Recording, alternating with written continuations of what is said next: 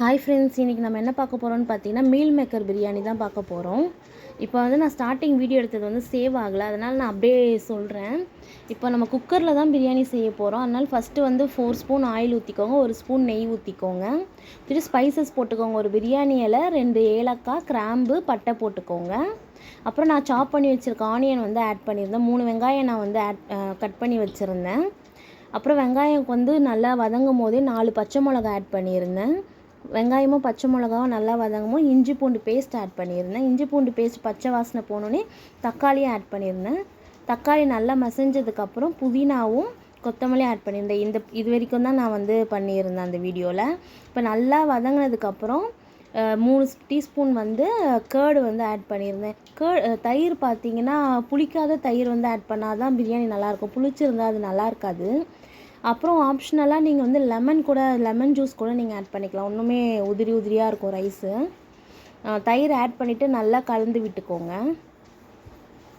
இப்போ பார்த்தீங்கன்னா நான் வந்து 1/2 ஸ்பூன் வந்து சில்லி பவுடர் ஆட் பண்ணுறேன். அப்புறம் 1 ஸ்பூன் வந்து பிரியாணி மசாலா ஆட் பண்ணியிருக்கேன்.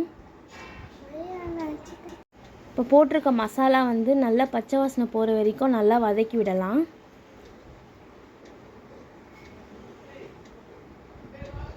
மசாலாவோட பச்சை வாசனை போனதுக்கப்புறம் நம்ம அரிசிக்கு ஏற்ற ரேஷியோ வந்து தண்ணி ஊற்றிக்கலாம். நான் வந்து 2 கிளாஸ் வந்து பாஸ்மதி ரைஸ் எடுத்திருக்கேன். 1 கிளாஸ் அரிசிக்கு வந்து 1.25 கிளாஸ் தண்ணி ஊற்றினா கரெக்டாக இருக்கும், குழையாமல் வரும்.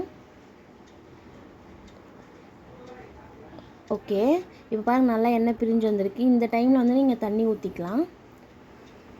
நான் இப்போ 2.5 கிளாஸ் தண்ணி ஆட் பண்ணுறேன்.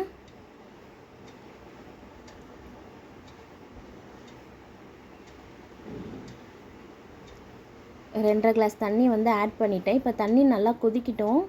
ஒரு 10 மினிட்ஸ் வந்து வெயிட் பண்ணுங்கள், இல்லை ஒரு 5 மினிட்ஸ் போதும். 5 மினிட்ஸ் வெயிட் பண்ணுங்கள், நல்லா கொதிச்சிரும். தேவையான அளவு வந்து சால்ட் போட்டுக்கலாம். இப்போ தண்ணி பாருங்கள் நல்லா கொதிச்சிருச்சு. இப்போ வந்து நம்ம வாஷ் பண்ணி வச்சுருக்க பாஸ்மதி ரைஸை தண்ணியில் போட்டுக்கலாம்.